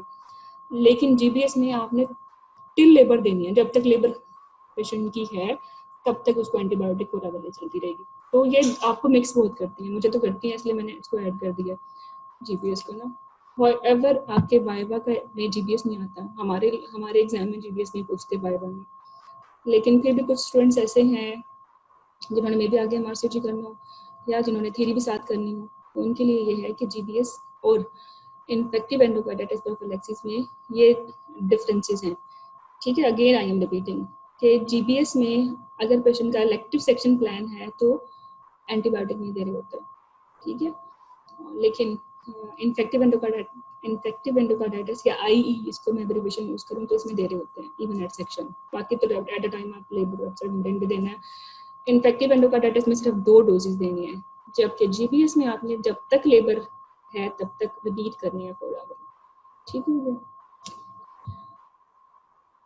अच्छा, आगे कुछ टेम्पलेट्स हैं। डॉक्टर हीरा, मेरा एक क्वेश्चन और है कि हम अगर पेशेंट को प्रोस्टाग्लैंडिन E2 दे रहे हैं तो पेशेंट को पेन फ्री भी हमें रखना होगा, तो पेन फ्री के लिए हम कैसे एपिड्यूरल? यस, बिल्कुल। पता है आपको, ये पेशेंट जो कार्डियक पेशेंट है इनको पेन नहीं होने देना, ठीक है। ये एपिड्यूरल इसके लिए बहुत जरूरी है, चाहे ना भी डिलीवर हो, क्योंकि जब पेन होता है सिंपैथेटिक सिस्टम ओवरराइड हो जाता है ना। सिंपैथेटिक सिस्टम ओवरराइड हुआ तो क्या हो जाएगा, हार्ट रेट ज्यादा हो जाएगा। प्रेगनेंसी में वैसे ही पेशेंट जो है वॉल्यूम ओवरलोड में है, ठीक है, कॉन्ट्रैक्शन की वजह से हार्ट को पुश करना पड़ रहा है, फिर वो मजीद पेन की वजह से पुश करेगा, वो तो फेल हो जाएगा, ठीक है। चाहे आप सेक्शन कर रहे हो चाहे आप एसपीडी कर रहे हो, ये पेशेंट जो है एपिड्यूरल देना है इसको। अगर आपके पास एपिड्यूरल देने के लिए एनेस्थेटिस नहीं है तो आपने इसको रेफर करना है, मारना नहीं है इसको। एग्जामिनर कहे नहीं है आपके पास तो एनेस्थेटिस नहीं है तो फिर आपको, मैंने इसको मारना तो नहीं है जान से, मैं इसको रेफर करूंगी, ठीक है। ये आप इसमें ना मुझे बड़ा फील होता है कि आप बेचारे डर जाते हो, तो आपको लगता है ये आपकी जिम्मेदारी है, अब इसका नतीजा भी आपने देना है क्या। What if due to pain ये हार्ट फेलियर में चली जाए, अब अगर आपके पास आईसीयू ही नहीं है, आप टेरिटरी केयर में वेल इक्विप्ड मल्टीडिसिप्लिनरी टीम के साथ नहीं हो, तो आप हाउ डेयरिंग यू आर, आप कार्डियक पेशेंट को ट्रीट कर रहे हो, ये तो फिर ज्यादा गुनाह हो जाएगा ना। डोंट डू दिस, ठीक है। फिर अगर एग्जामिनर कहे नहीं है तो फिर कहना मैडम मैं उसे डेथ कंसेंट लेके करूंगी ये वाले काम। फिर वो अगर वो वाकई आती है तो फिर मैं कर दूंगी, अब बच्चा तो निकालना है ना, वो तो आके ही रहेगा दुनिया में। फिर ये सिचुएशन है, क्योंकि ये तो बड़ी हाई रिस्क है। फिर अगर आपको फिजियोलॉजी पता है ना तो फिर एग्जामिनर कुछ नहीं कहेगा, वो जस्ट आपको कॉन्फिडेंस से चेक करना चाह रहा होता है। हम गरीब मुल्क से ताल्लुक रखते हैं, लेकिन हमने पेशेंट को नहीं मारना, वो मरेगी तो फिर वो मरेगी, ठीक है ना। वो तो फिर कार्डियक पेशेंट में प्रेगनेंसी में तो मोर्टेलिटी रेट वैसे ही ज्यादा है, क्या कर सकते हैं। अब हमने सिर्फ ये करना है कि बहुत 80% मोर्टेलिटी की तरफ, मैनेजमेंट की तरफ लेके नहीं जाना। हाँ, 40% मोर्टेलिटी वाली चॉइस कर लेंगे, बट मोर्टेलिटी को एलिमिनेट तो नहीं कर सकते। इवन अगर आप प्रेग्नेंट हो भी जाए, टर्मिनेशन में करते हुए भी 7% रिस्क मोर्टेलिटी है इन हाई रिस्क कंडीशंस में, तो ये आपकी कोई रिस्पॉन्सिबिलिटी नहीं है। प्रेग्नेंट होना उसकी अपनी चॉइस थी, आप तो बेस्ट कर सकते हो जो आपके पास अवेलेबल चीज़ें हैं। बेहतर तो ये है कि चीज़ें पूरी नहीं है तो रेफर कर दो, लेकिन अगर सिचुएशन ऐसी है नहीं रेफर कर सकते तो मिनिमाइज कर सकते हो मॉर्बिडिटी। अच्छा, ये रोमैटिक हार्ट फेलियर, चूंकि मैंने आपको बोला है 90% हमारे यहाँ पेशेंट आते ही रोमैटिक वाले हैं, जिसमें 70% MS होता है, तो उसको ट्रीट करना कैसे। हार्ट फेलियर वाले पेशेंट को तो ट्रीट करना है, बिल्कुल एडमिट करना है, ठीक है। उसकी ट्रीटमेंट क्या होनी चाहिए हार्ट फेलियर की, वो आपसे एग्जामिनर नहीं पूछते। अगर पूछ भी लें तो क्या करना है, LMNOP वाला जो मैंने आपको टेलीग्राम पे लिंक शेयर किया हुआ था, जो आपके पिछले एग्जाम में भी आया होगा, ठीक है। वो मतलब पेन फ्री करना है, डायबिटिक्स देनी है, प्रॉपर करना, ऑक्सीजन देनी है, एंड दैट्स ऑल, ठीक है। अगर कार्डिक लीजन है तो एंटीबायोटिक्स दे देंगे, ठीक है। एस्पिरिन ये पहले से ले रहे होते हैं, ये एस्पिरिन स्टार्ट करना कार्डिक पेशेंट में, ये स्टॉप करना, ये ना कार्डियोलॉजिस्ट की जिम्मेदारी है, हमारी नहीं है। हमारी जिम्मेदारी तब बनती है जब वो IUGR के साथ या कोई इसमें मॉडरेट रिस्क फैक्टर है, प्रीक्लैम्सिया के लिए, क्रॉनिक हाइपरटेंसिव है। अदरवाइज ब्लड थिनिंग एजेंट्स देना for cardiac disease is responsibility of cardiologist, it's not our responsibility. अगर वेल्वोप्लास्टी होनी है या हार्ट वेल सर्जरी होनी है, वो भी सिर्फ कार्डियोलॉजिस्ट जाने, you are not responsible to answer these things. हाँ, अगर आपसे पूछ लें तो आप कहते हैं दीज आर पॉसिबल ट्रीटमेंट्स जो कि अवेलेबल है, but after cardiac consultation he can decide, ठीक है। और ये बड़ी इंपॉर्टेंट स्लाइड है, prevention and prophylactic therapy is indicated after rheumatic fever and acute rheumatic heart disease to prevent further damage to the valves. अब जो rheumatic heart disease है ना, ये अगर ये प्रेगनेंसी से भी एग्रेवेट हो जाती है, पेशेंट स्टेबल होता है। प्रेगनेंसी में अगर जो कार्डिक डिजीज का जो पाथ है ना वो अनप्रेडिक्टेबल है, ठीक है। अगर पेशेंट को पहले कभी प्रॉब्लम नहीं हुई तो मे बी प्रेगनेंसी में हो जाए, अगर किसी प्रेगनेंसी में नहीं हुई तो अगर किसी प्रेगनेंसी में हुई है तो मे बी नेक्स्ट प्रेगनेंसी में ना हो, ठीक है। या पेशेंट स्टेबल थी तो मे बी अनस्टेबल हो जाए, या वेल्व लगाया था तो मे बी खराब हो जाए। तो अनप्रेडिक्टेबल कोर्स है कार्डिक लीजन्स का प्रेगनेंसी में, ठीक है। अगर रूमेटिक हार्ट डिजीज में वेल्व डैमेज है तो फिर आपने इन्फेक्टिव एंडोकार्डाइटिस प्रोफाइलिसिस देना है, अदरवाइज नहीं देना, ठीक है। ये है आइडियल बात। लेकिन हमारा जो पेशेंट है ना वो इन्फेक्शन के रिस्क पे है, क्योंकि हमारी स्टेरिलाइजेशन प्रॉपर नहीं है, ठीक है, हमारे पास 1-to-1 केयर नहीं है, ओटी इतनी प्रॉपर नहीं है, तो हमने फिर भी प्रोफाइलैक्टिक पेशेंट को दे देनी है रूमेटिक हार्ट डिजीज वाले पेशेंट में, इवन विदाउट कार्डिक डैमेज। लेकिन आपको वजह बतानी चाहिए कि क्यों दे रहे हो, ठीक है। Patient who had rheumatic fever without valve damage do not need endocarditis prophylaxis, ठीक है। एंडोकार्डाइटिस प्रोफाइलिसिस जो मेडिसिन है ना वो हमारे यहाँ अवेलेबल नहीं होती, जो आप दे रहे हो तो थर्ड जनरेशन वो उसको कवर कर लेती है, ठीक है। काफ़ी है। इसमें जो ऑर्गेनिज्म है इसका कौन सा होता है वैसे, FCPS1 की बात है ये, खैर छोड़ो इतना बेसिक क्या करना, ठीक है। लेकिन इनमें डेंटल कोई प्रोसीजर होता है या कुछ भी हो तो इनको एंटीबायोटिक प्रोफाइलैक्सिस लेना होता है, ये तो आप लोगों को पता होगा। कॉमन प्रेजेंटेशन क्या होती है पेशेंट की, ठीक है, या तो वो आएगा शॉर्टनेस ऑफ ब्रेथ के साथ, या पैल्पिटेशन के साथ, या नक्चुरल कफ के साथ, ENT जिसे बोलते हैं, या सिनकोपी के साथ, या एंडोकार्डाइटिस के साथ, ठीक है। और साइंस आपको साइनोसिस मिल जाएगा, ठीक है। कॉम्प्लिकेशन में आपको एरिथमिया मिल जाएगा, हार्ट फेलियर या PTE मिल जाएगा, ठीक है। ऑनसेट ड्यूरेशन, ये बातें सारी हम रिपीट कर चुके हैं, इनको इन पे टाइम नहीं लगाते। सिविरिटी के बारे में मैं टेम्पलेट्स बता चुकी हूँ। इसके अलावा रिस्क फैक्टर्स और एग्रेवेटिंग फैक्टर्स में फैमिली हिस्ट्री है, ओबेसिटी है, एनीमिया है, ट्विन प्रेगनेंसी है, ठीक है। इन्वेस्टिगेशन में आपने ईको करानी है, ECG करानी है, एनामली स्कैन कराना है। अगर एनामली स्कैन पे प्रॉब्लम हो, IUGR हो तो फिर डॉक्टर करवाना है, अदरवाइज डॉक्टर नहीं करवाना। ट्रीटमेंट में जो है वो हम बात कर चुके हैं। कार्डिक रिलेटेड जो भी ट्रीटमेंट है वो हमारी जिम्मेदारी नहीं है, वो कार्डियोलॉजिस्ट की जिम्मेदारी है। आपसे रफ गैस पूछ लें तो पेशेंट यूजुअली बीटा ब्लॉकर ले रही होती हैं, लेजिक्स ले रही होती हैं, एस्पिरिन ले रही होती हैं, ठीक है। और एंटीकोगुलेशन कब लेती हैं ये आपको बताना चाहिए। आइसनमेंगर वाली ले रही होती हैं जो कि यूजुअली आती नहीं है। फिब्रिलेशन ड्यूरिंग प्रेगनेंसी हो जाए ना उसमें देनी पड़ती है एंटीकोगुलेशन, ठीक है। ये ER में एडमिशन की हिस्ट्री देते हैं। तो आपको ना पेशेंट का जो मोड ऑफ एडमिशन है वही बता देगा कि ये पेशेंट कौन से रिस्क में आती है। लाइक अगर जो पेशेंट 80% पेशेंट जो हमारी होती है ना अल्हम्दुलिल्लाह वो आती सिर्फ प्लान्ड प्रेगनेंसी के लिए या इवैल्यूएशन के लिए, उनको कोई प्रॉब्लम नहीं होती, यही होता है ना, she is admitted for evaluation after pregnancy, है ना, यही हो रहा होता है। तो यू कैन से कि यही है, ठीक है। अच्छा, या वो OPD से एडमिट होती है, ठीक है। 95% उसमें ये है कि शॉर्टनेस ऑफ ब्रेथ, पैल्पिटेशन और फीवर की कोई ना कोई इशू होता है जिसमें हम उसको एडमिट कर लेते हैं अगेन फॉर इवैल्यूएशन। ER वाली पेशेंट जो कहेगी ना मुझे एडमिशन हुआ है इमरजेंसी में, ये पेशेंट फिब्रिलेशन वाली है, ये रिदमिया वाली है, ठीक है, ये SVT वाली है, ये हार्ट फेलियर वाली है, ठीक है। तो इससे भी कोई अंदाजा हो सकता है, ठीक है। तो फिर आपका वर्कअप भी इससे मुतासिर हो सकता है, फिर एंटीकोगुलेशन वाली बात भी आ सकती है। ये जो मैं बातें बता रही हूँ आपको इस पे बार बार जाता नहीं है इतना, क्योंकि आप लोग हिस्ट्री पे ही फोत हो चुके होते हो। ये बातें तो उस कैंडिडेट ही हैं जिसने बड़ा नाइसली हिस्ट्री को लेके चला है, डिफरेंशियल्स बनाए हैं, अपना केस संभाला है। मैनेजमेंट की बातें तो आपसे हो रही हैं तो यू आर लकी। इफ अगर you are lucky then you should know कि एंटीकोगुलेशन कब देनी है, वो देनी है आपने फिब्रिलेशन में, वेल्व रिप्लेसमेंट में, पल्मोनरी हाइपरटेंशन में, इस्केमिक हार्ट डिजीज में, ECM में, ठीक है।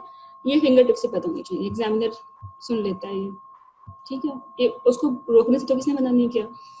थ्योरेटिकल नॉलेज पे आपकी जो है ना कंपेंसेशन नहीं है। अगर आपने BP लेना भूल गए, ठीक है, आपसे थर्मामीटर टूट गया, 3 चीज़ों पे कंपेंसेशन है। टाइम पे चलो नहीं हुआ तब भी कंपेंसेशन है, लेकिन आपको पता ही नहीं फिजियोलॉजी का प्रेगनेंसी की, उस पर कंपेंसेशन नहीं करते हुए भी। अच्छा, तो अगर आपका पेशेंट ER में एडमिट हुआ है तो मे बी पेशेंट से आप ले हिस्ट्री की कोई सबक्यूटेनियस इंजेक्शन लग रहा है तो यूजली आपको आंसर मिल जाएगा यस, और एग्जामिनर को समझ आ जाएगा कि इस पेशेंट ये कैंडिडेट सेंसिबल है, ठीक है। तो वो पूछ सकता है कि क्यों आपने सबक्यूटेनियस इंजेक्शन या नॉर्मल हेपेरिन की हिस्ट्री तो आप कह रहे हैं ईआर मेड में टू लाइकली एबीटी के साथ आया होगा या फिर फिब्रिलेशन के साथ आया होगा, यही होगा ना। अच्छा, बाकी ये चीज़ें भी हम काफ़ी दफ़ा कर चुके हैं। इन्वेस्टिगेशन कौन कौन से मांगनी चाहिए पेशेंट से?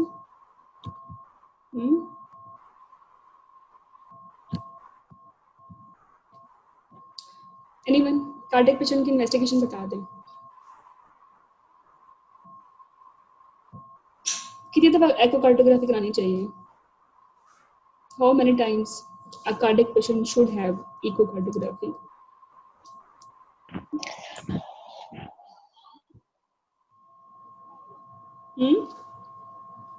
डॉक्टर हीरा इसका यही कहते हैं ना कि इकोकार्डियोग्राफी हर ट्राइमेस्टर में करवानी चाहिए, या ऐसा नहीं है? नहीं, आप बताएं ना, आपका केस है। जी हमें तो यही पता है कि इकोकार्डियोग्राफी हर ट्राइमेस्टर में करवानी चाहिए, एटलीस्ट वन टाइम ना। नहीं, मेरा ख्याल है वन टाइम करवाते हैं एज ए बेस लाइन। अगर पेशेंट स्टेबल रहता है तो फिर जरूरत नहीं होती, दरमियान में अगर अनस्टेबल हो जाता है, एडेड कोई फैक्टर आ जाता है, फिर हम दोबारा करा लेते हैं। मतलब एक पेशेंट स्टेबल है, कुछ नहीं हुआ, इकोकार्डियोग्राफी नॉर्मल है, टर्म पे आ गया, ठीक है, बिफोर एनेस्थीसिया इकोकार्डियोग्राफी दोबारा करा लेते हैं, वो एनेस्थेटिस्ट की चॉइस है, ठीक है। लेकिन अगर पेशेंट दरमियान में एडमिट हो गया, कोई प्रॉब्लम हो गई ना इसको, तो फिर दोबारा वैल्यूएशन करोगे, फिर इसके एको करवाओगे, फिर आपने इंडिविजुअलाइज करना है, ठीक है। तो देखिए बेसिक तो आपने मांगनी जो 5 इन्वेस्टिगेशन है, blood group, complete blood count, urinary, पायल मार्कर्स, रैंडम ब्लड। इसमें जो सीबीसी है वो ना सिर्फ बेसिक है कार्डियक पेशेंट में, वो स्पेसिफिक भी है, ठीक है। यूरिन आरी भी सिर्फ बेसिक भी है, स्पेसिफिक भी है, क्योंकि इन्फेक्शन एग्रेवेट करता है ना कार्डियक प्रॉब्लम्स को। इसके अलावा अगर ये कार्डियक पेशेंट है तो फिर फीटल और मैटरनल अलग अलग कर लें, पहले मैटरनल पूछ लें, माँ पहले होती है सारी बात है, तो उसमें आप उसका चेस्ट एक्सरे नहीं मांगोगे, प्रेग्नेंट है, सो भी से निकल गया, ठीक है। आप इकोकार्डियोग्राफी मांगोगे, ईसीजी मांग सकते हो, ईसीजी मांग भी सकते हो नहीं, बट एको आपने मांगनी है। ईसीजी की इंडिकेशंस होती हैं, अगर पेशेंट में कोई लाइक पेन के साथ आई है ना, तो फिर आपने सीरियल ईसीजीज मांगनी होती है, ठीक है। अगर आपको समझ नहीं आ रही क्या मांगना है तो फिर आप डाल देंगे, मैं फिजिशियन, मैं कार्डियोलॉजिस्ट को पता होगा, ठीक है। रुकैया असर डीएच में मंथली है, हाँ डीएच में मंथली हो, डीएच में मंथली होगी इकोकार्डियोग्राफी, इट डिपेंड्स कि पीछे क्या बैकग्राउंड क्या है, ठीक है।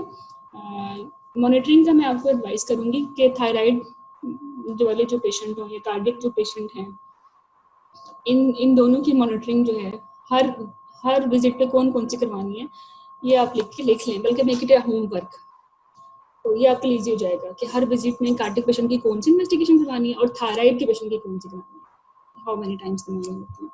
लेकिन मुझे the institute where I have trained, हम लोग एकोकार्डियोग्राफी नहीं करा सकते थे, वहाँ तो ऑलरेडी इतना ओवर बर्डन होते हैं, फरमाइशों पे नहीं वो हमारी करता है, और हमने बजट भी देखना होता है, स्पेशली जब आप गवर्नमेंट सेटअप पे काम कर रहे हो। तो अगर पेशेंट की पहली एडमिशन वाली ठीक है तो हम थर्ड ट्राइमेस्टर में दोबारा करा लेते हैं, हाँ अगर दरमियान में अगर वो कॉम्प्रोमाइज हो जाती है तो फिर दोबारा हो जाती है, ठीक है, वरना 2 एकोकार्डियोग्राफी काफ़ी होती है।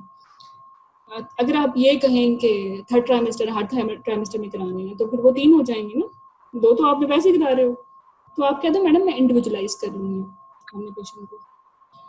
अच्छा, बाकी कार्डियक रिलेटेड आपको पेशेंट का कि ईसीजी चाहिए, चेस्ट वो चाहिए, एकोकार्डियोग्राफी चाहिए और सीरम बायोकेमिस्ट्री चाहिए। सीरम बायोकेमिस्ट्री में आपने एलएफटीज मांगने हैं, renal function test with serum electrolytes मांगने हैं, क्योंकि डायूरेटिक्स के साथ सीरम इलेक्ट्रोलाइट्स जरूर मांगने होते हैं, क्योंकि इनमें हाइपोकैलेमिया और इनकी एसोसिएशन होती है ना, ठीक है। बाकी फीटस के लिए डॉक्टर महा कह रहे हैं कि ठीक है, ठीक है, echocardiography as your unit protocol you can go, ठीक है। इसके अलावा फीटस की इन्वेस्टिगेशन की मैं बात कर रही थी, उसमें आप एनामनेस स्कैन मांगेंगे और ग्रोथ स्कैन्स मांगते हैं, ठीक है। अगर फ्रंटल हाइट ठीक है, पहले वाला स्कैन ठीक आ रहा है, तो मे बी आप सेकंड ग्रोथ स्कैन ओमिट कर सकते हैं। अगर आप किसी पुअर सेटअप पे काम कर रहे हैं, यू कैन से कि पेशेंट कॉम्प्रोमाइज नहीं है, डिजीज वेल स्टेब्लिश्ड है, फ्रंटल हाइट भी ठीक है और 28 वीक स्कैन भी ठीक है, फिर आप जो रिसेंट ओप्स का स्कैन है वो भी ठीक है, तो इट्स ओके। लेकिन लाइकली इट्स गुड कि आप ग्रोथ स्कैन मांगें, क्योंकि जो कार्डियक पेशेंट होते हैं उनके बच्चे यूजुअली IUGR ही होते हैं। अगर IUGR निकल आया तो डॉक्टर मांग लें, अगर नहीं निकला तो मत मांगे। और डॉपलर का स्टेटस बताएगा कि फर्दर डॉपलर कब करवाना है, 2 वीकली डेली, ठीक है। फिर वो गार्डिंग को एल्गोरिथम फॉलो करिए। अगर हॉस्पिटल में आई हुई है और CTG हो रही है और वो कैरी हो रही है दिमाग में, अगर पेशेंट में कोई डिक्रीज फेटल मूवमेंट्स वाली बात नहीं है ना, तो फेटल किक काउंट ना मांगे। अगर आपको लगता है कि शी इज गिविंग कंप्लेन आप दिस, तो फिर आप फेटल किक काउंट चार्ट भी मांगेंगे। ड्रग ट्रीटमेंट शीट जरूर मांगे, आपको पता होना चाहिए कि स्टेरॉइड लगा है नहीं लगा, आईवीआरएम लगे नहीं लगे, ट्रांसफ्यूजन हुई नहीं हुई, बीटी नोट्स में क्या लिखा हुआ है, प्रोडक्शन हुआ नहीं हुआ, ठीक है। मेडिकल कंसल्टेशन की जो कॉल हुई है मेरे पेशेंट ने बताया, मुझे वो भी चाहिए। जो आप मांगना चाहें आप मांग सकते हैं। If you can justify any investigation you can ask. अगर उसका कोई आपने इलेक्टिव सेक्शन प्लान करना है तो एनएससी भी मांग सकते हैं, और अगर नहीं भी करना तो फिर भी एपिडुरल के लिए एनएससी मांग सकते हैं। इसके अलावा कोई इन्वेस्टिगेशन मुझे लगता है मैंने शायद मिस नहीं की। अगर ये पेशेंट देखिए उनका डायबिटिक निकल आती है, अब ये तो आप मत समझें हलवा में मरीज मिलेगी। अगर वो कार्डिक है तो वो 99% एनीमिक भी है और 50% प्रोबेबिलिटी है कि वो हाइपरटेंसिव या डायबिटिक भी होगी, ठीक है। तो फिर आपने जो डायबिटीज की अपनी इन्वेस्टिगेशन है, HbA1c, ब्लड शुगर लेवल्स, वो भी मांगने हैं अगर उसकी इंडिकेशन है। तो फिर इन्वेस्टिगेशन आप जो है आपको फिंगर टिप्स को पता चाहिए मैंने क्या कुछ मांगनी है। और अगर कोई पेशेंट अगर कार्डिक है तो इसका मतलब ये नहीं है कि उसमें नॉर्मल जो प्रॉब्लम होते हैं वो नहीं हो सकते। सेकेंड ट्राइमेस्टर में उससे आपने हाइपरटेंशन, प्रीक्लेम्शिया, एनीमिया, थायराइड, इन सब की वैल्यूएशन करनी है, जैसे कि डॉक्टर मारिया ने की। वो भूल नहीं गई थी कि कार्डिक पेशेंट है, तो बस बाकी मैं सब चीज़ें भूल जाऊंगी, ठीक है। Being cardiac does not mean she is excluded, she cannot have hypertension, diabetes, anemia. ये 3 चीज़ें तो ग्रांटेड ही हैं कि हमने पूछनी, चाहे वो किसी भी वजह से एग्जाम में आई हुई है, ठीक है। बाकी आई थिंक नेहा की क्लासिफिकेशन देंगे, देख लें। यूट्यूब पे लेक्चर है हार्ट डिजीज़ का, अगर रिवाइज करनी है थ्योरी तो वो देख लें। जनरल फिजिकल एग्जामिनेशन डेडिकेटेड क्या होना चाहिए कार्डिक पेशेंट का। पल्स पे जब वो कमेंट करें तो rate, rhythm, volume, radio radial और रेडियोफेमरल डिले पे जरूर कमेंट करें। ये डेडिकेटेड कार्डिक पेशेंट का मैं आपको फिजिकल एग्जामिनेशन करवा दूँ। डीपी बोथ आर्म्स में चेक करें, ठीक है, और टेम्परेचर जरूर चेक करें, क्योंकि इन्फेक्टिव एंडोकार्डाइटिस आपके माइंड में होना चाहिए। रेस्पिरेटरी रेट देखें, ठीक है। अगर रेस्पिरेटरी रेट मोर देन 20 है, टेम्परेचर मोर देन 100 है, एडिमा है, जेबीपी रेज्ड है, तो हार्ट फेलियर हो गई ना। तो ये चीज़ें नहीं भूलनी। जॉन्डिस देखें, एनीमिया देखें, साइनोसिस सेंट्रल है या पेरिफेरल देखें, clubbing, splinter haemorrhage, infective endocarditis याद करें, लिम्फ नोड्स देखें, एडीमा देखें, थायराइड देखें, ठीक है। Other points relevant to cardiac disease, DMI क्योंकि वो उसको एग्रावेट कर देगा। DMI जो है वो जो लोग मोटे होते हैं उनमें इस्केमिक हार्ट डिजीजेज भी होती हैं, इसलिए भी इम्पोर्टेंट है। न्यूट्रिशन स्टेटस और नेहा स्टेटस भी देखें। पेशेंट बता रही है ना कि वो शार्टनेस ऑफ ब्रेथ उसको चलने पे होती है, जब वो आपने खुद भी ऑब्जर्व करना है कि वो कितना कोरिलेट करती है। अगर वो ये कह रही है कि मुझे बैठे बैठे भी होती है और नहीं हो रही, तो फिर आप नाइसली इस चीज़ को इंटरप्रेट करें। माउथ देखें सेंट्रल साइनोसिस के लिए, एंगुलर स्टोमेटाइटिस, एनीमिया के लिए, म्यूकोजल क्या है, इन्फेक्टिव एंडोकार्डाइटिस, और डेंटल हाइजीन जरूर देखें। खराब डेंटल हाइजीन है, रोमेटिक हार्ट डिजीज के साथ ली है, एनवायरमेंट के साथ आई हुई है, दांत भी खराब है, तो फिर आपने उसको बताना है कि इनकी वजह से भी आप जा सकते हो किसी और मसले में जिसका नाम है इन्फेक्टिव एंडोकार्डाइटिस, ठीक है। इनको साफ कराएं और इससे पहले एंटीबायोटिक कवर लें। और एक और इम्पोर्टेंट बात ये है, अगर आपके पेशेंट कार्डिक पेशेंट है और आपने देखा है कोई एब्सिस है टूथ में या कोई कैरीज लगी हुई है, तो ड्यूरिंग हॉस्पिटल एडमिशन जब वो एडमिट है 32 वीक्स पे आई हुई है, आपने इवैल्यूएशन तो करवानी है, तो आप उसकी कॉल भेज दें डेंटल सर्जन को, ठीक है ना। उसने वरना तो उसने नहीं हाथ आना, वो अपॉर्चुनिस्टिकली आ ही गई है तो उसकी डेंटल कॉल करवा लें। ब्रेस्ट देख लें, लेकिन छेड़ना नहीं है ब्रेस्ट को। प्रेगनेंसी में ब्रेस्ट को सिर्फ देखना होता है, हाथ नहीं लगाना होता। ठीक है। और चेस्ट ऑस्कल्टेशन कर लें, हार्ट फेलियर को रूल आउट कर लें, एडिमा देख लें, क्रेप्स देख लें। Severe examination in cardiac patient में आपको डिटेल में आना चाहिए। इंस्पेक्शन पे कोई स्कार तो नहीं है, ठीक है, कोई जो है एयर एंट्री वाले मसले तो नहीं है। इंस्पेक्शन पे एपिक स्पीड विजिबल है, इनऑटिक रिगर्जिटेशन, मुझे तो बड़ा मुश्किल लग रहा है बोलना, पर जो भी है इसको देख लो। मैं आपसे कहूँगी कि कार्डियोलॉजी के वार्ड में एक दो विजिट कर लें, वहाँ कार्डियक पेशेंट्स काफ़ी मिल जाते हैं। अगर प्रेग्नेंट नहीं भी हैं तो किसी भी पीजीआर से या किसी भी सीनियर से एक दफ़ा जो है सीवीएस एग्जामिनेशन करना सीख लें। 10 में से 2 केसेस तो कार्डियक आ जाते हैं एग्जाम में, तो एग्जामिनर डिटेल में सीवीएस आपसे पूछ सकते हैं, करवा सकते हैं, ठीक है। तो ये आपने करना है, क्योंकि देखें ना, अगर एनीमिक पेशेंट तो एनीमिया की पूरी बातें देखनी होती है ना, तो अगर पेशेंट कार्डियक है तो कार्डियक की पूरी बातें देखनी है। लेकिन करना, तो मैं ये नहीं कह रही कि आप को मरमर सुनने आते हो, बताने आते हो, क्योंकि अगर बहुत ज्यादा फैंसी बातें की ना फिर भी फंस जाओगे, जिनकी एक्सप्लेनेशन नहीं आती, ठीक है। लेकिन प्रॉपर एक बेसिक सा सीवीएस एग्जामिनेशन आना चाहिए, ठीक है।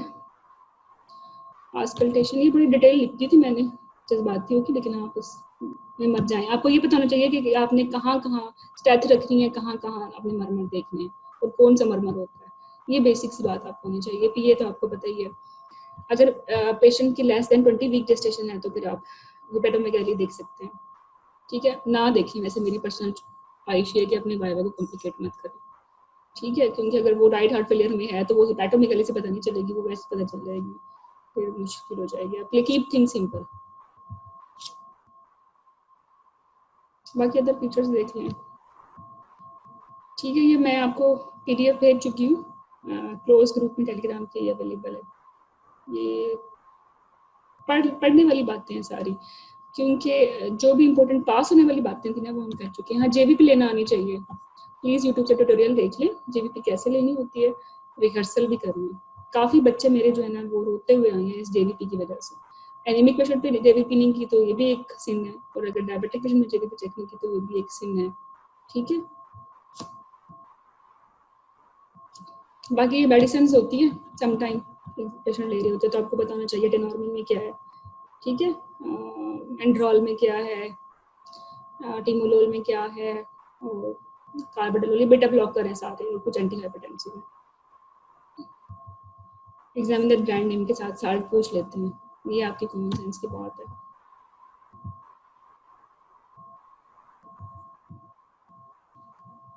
ये कुछ चीज़ें मेडिसिन हैं, इनको इनके ब्रांड नेम्स देख लें, इनके साल्ट पढ़ लें, ये आ ही जाते हैं। और कुछ anyone want to raise hand और आस्क क्वेश्चन? मेरी तरफ से कार्डियक डिजीज हो गया खत्म। चैट बॉक्स में लिख दो अगर लिखना है तो। अच्छा, डिफरेंशियल कार्डियक पेशेंट के क्या हो सकते हैं? वही डिफरेंशियल में आपको 2 तरह से आ सकते हैं। शॉर्टनेस ऑफ ब्रेथ के साथ प्रेजेंटेशन हुई है तो डिफरेंशियल में cardiac problem, lung problem, anaemia आ जाएगा। अगर पेशेंट डायग्नोज्ड कार्डियक पेशेंट है, ठीक है, तो फिर अब जो टीडी है वो रोमैटिक फीवर आ जाएगी, या पीसीएम आ जाएगा, या कोई फैमिली हिस्ट्री आ जाएगी। 3 चीज़ें आ सकती हैं। तो टीडी जो है nicely you can manage yourself, लेकिन ओब्स के पेशेंट में कोई खास टीडी के बारे में नहीं घुमाते, लेकिन 5 नंबर हैं।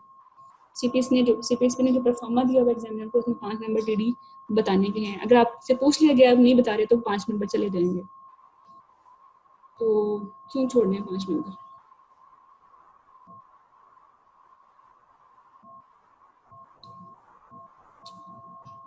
हाँ, थर्ड स्टेज में जो आपने जो है अगर पेशेंट पीपीएच का कैंडिडेट है या प्रोफिलेक्टिकली देना है, तो एक होती है active management of third stage of labour, एक होती है physiological management of third stage of labour. अगर पेशेंट एनीमिक नहीं है ना, तो physiological management of third stage of labour बेहतर है। इससे ये है कि वो पेशेंट हार्ट फेलियर में जाता, तो वो जो एकदम से प्लेसेंटा कॉन्ट्रैक्ट होता है और जो है कोई 1-1.5 लीटर ब्लड पुश बैक करता है टुवर्ड्स हार्ट, वो नहीं करता। लेकिन अगर पेशेंट कैंडिडेट है एनीमिया के लिए, तो फिर आपने active management of third stage of labour करनी है। WHO की जो मॉडिफाइड स्कोर पेशेंट 2 है, ठीक है, उससे ऑनवर्ड आपने active stage of third stage of labour करनी है। एक्टिव पैसिव पूछ लेते हैं एग्जामिनर, पता होनी चाहिए। हाँ, वीबैक कर सकते हैं।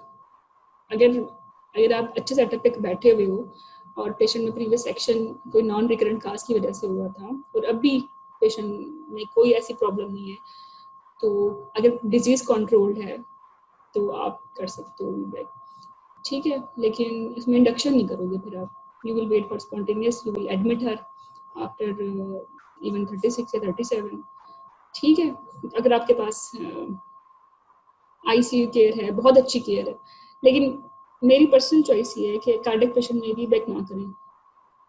आप डिफरेंट बहाने बना लें कि पहले कार्डियक पेशेंट है, वीबैक में रप्चर हो गया तो ये तो मैं इसको अफोर्ड नहीं कर सकती। रप्चर इसलिए भी हो सकता है कि मेरे पास 1-to-1 केयर नहीं है, मेरे पास कॉन्टिन्यूस सीटीजी नहीं है, मेरे पास आईसीयू नहीं है, मेरे पास ब्लड बैंक नहीं है, मेरे पास हेमाटोलॉजिस्ट नहीं है, मेरे पास पीडियाट्रिशियन नहीं है, रोना शुरू कर दें, ठीक है। लेकिन ये सीपीएसपी के एग्जाम के लिए आपको बता रही हूँ कि कार्डियक पेशेंट में वीबैक ना करें तो बेहतर है। Make these excuses. हाँ, अगर एग्जामिनर कहे नहीं तुम बहुत इंटरनेशनल हॉस्पिटल में बैठे हुए तो फिर कर दें। फिर जब वो कह रही है इंटरनेशनल हॉस्पिटल है तो फिर तो ज़्यादा पता 1-to-1 केयर भी है, सीटीजी भी है, आईसीयू भी है, ब्लड बैंक भी है, हेमाटोलॉजिस्ट भी है, पीडियाट्रिशियन भी है, एवरीवन इज देयर। पर फिर भी पेशेंट में कितना रिस्क है? 0.5% रिस्क है रप्चर का, अगर स्पॉन्टेनियस में जा ही रही है तो बहुत कम है। फिर भी कंसेंट ले लें उससे। अगर पेशेंट भी राजी है, सारी दुनिया राजी है, तो फिर आप क्यों अगेंस्ट हैं? अगर प्रीवियस वन स्पॉन्टेनियस लेबर में जा रही है तो क्या करेंगे? हाँ, स्पॉन्टेनियस लेबर में जा रही है पेशेंट, प्रीवियस वन है, तो फिर आप इसको जो है इसको जाने दें लेबर में। इसका बिशप अच्छा है, इसकी पिछली हिस्ट्री में कोई प्रॉब्लम नहीं है, तो आप फिर डिफरेंट एक्सक्यूजेस बना दें कि मैडम ये पेशेंट को जो कार्डियक पेशेंट है इलेक्टिव सेक्शन, तो अगेन उनके लिए प्रॉब्लमेटिक है। अगर स्पॉन्टेनियस लेबर में आ गई है तो मैं इसको, अब तो आ गई है ना, अब तो डिलीवर करना, चाहे रात को 2 बजे आए 3 बजे आए, क्योंकि रोक तो नहीं सकते कि सुबह इलेक्टिव कर लोगे, ठीक है। अब तो फिर आपने इसको अपनी सारी जो ट्राइएज है ना इस पर लगा देंगे। मैडम सबसे अच्छा हो सुबह से बिठाऊंगी, इधर कॉल भेजूंगी, डिफरेंट टीम्स को इन्वॉल्व करूंगी, ठीक है। और अगर ये स्मूथ लेबर है तो ठीक है, लेकिन the moment it will not be smooth, मैंने इसके इमरजेंसी एक्शन कर देंगे और उसे हाई रिस्क कंसेंट लेनी है। इसके अलावा क्या कर सकते हो? कार्डियक पेशेंट में आप जो है अगर डिजीज कंट्रोल है 38 ठीक है, हालांकि 40 तक भी जा सकते हो। कार्डियक पेशेंट में अगर कुछ भी नहीं है, सारी डिलीवरीज टर्म की हैं, नॉर्मल ट्रायल ऑफ सारी स्मूथ डिलीवरीज हैं, 40 वीक्स तक जा सकते हो, ठीक है। लेकिन 37-38 के बाद ना पेशेंट का लेबर में जाने का जो परसेंटेज है वो ज़्यादा हो जाती है। अगर आप इसको खुद से एडमिट करके इंड्यूस नहीं करोगे तो फिर ये स्पॉन्टेनियस लेबर में आएगी, फिर आपके लिए हेडेक हो जाएगा। तो इसलिए इट्स बेटर के कंट्रोल प्लान डिलीवरी करें 38 पे करके। इलेक्टिव सेक्शन जो भी करेंगे 39 पे करेंगे। और कुछ एनी क्वेश्चन? और जब भी आपने इन्फ्यूजन देनी है वो आपने किस में देनी है? सेंटो देंगे, इन्फ्यूजन में देनी है, बोलस में देना, ठीक है। और अगर आपने चूज करना है आईवी रूट और आईएम तो आपने आईएम चूज करना है। एकदम से जो आईवी रूट से देंगे ना सेंटो, वो फिर वैसोकंस्ट्रिक्टर होती है, ज़्यादा कोरोनरी स्पैज़म करा देती है। और सोल्यूशन कैसे बनाना है वो भी पता होता चाहिए। हाँ, बात करें कौन?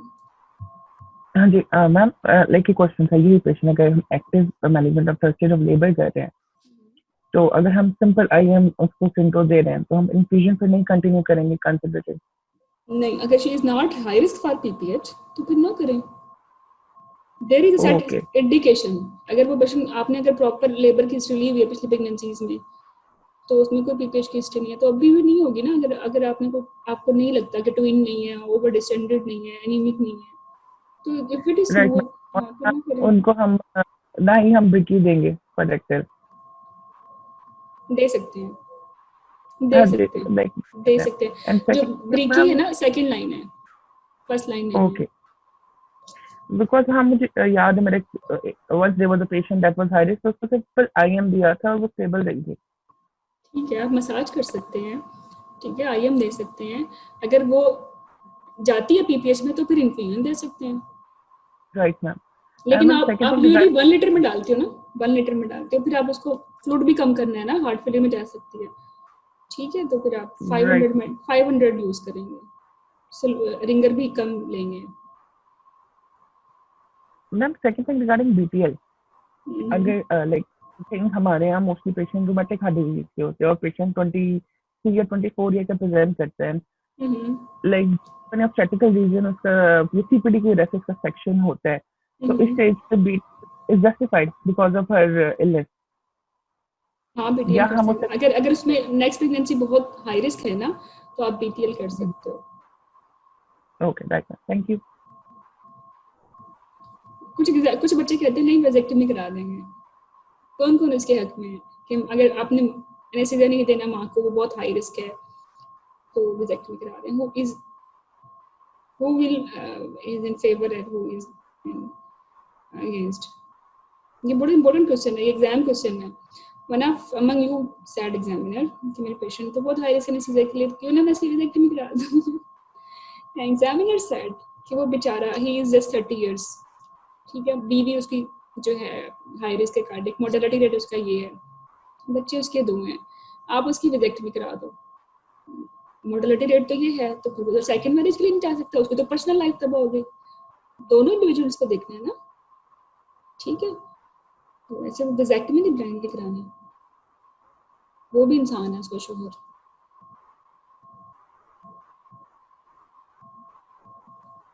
और कोई क्वेश्चन?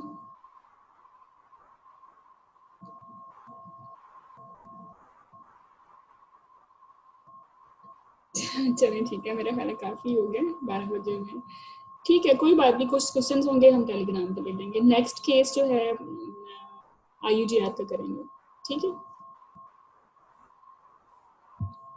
ओके, हाफिज।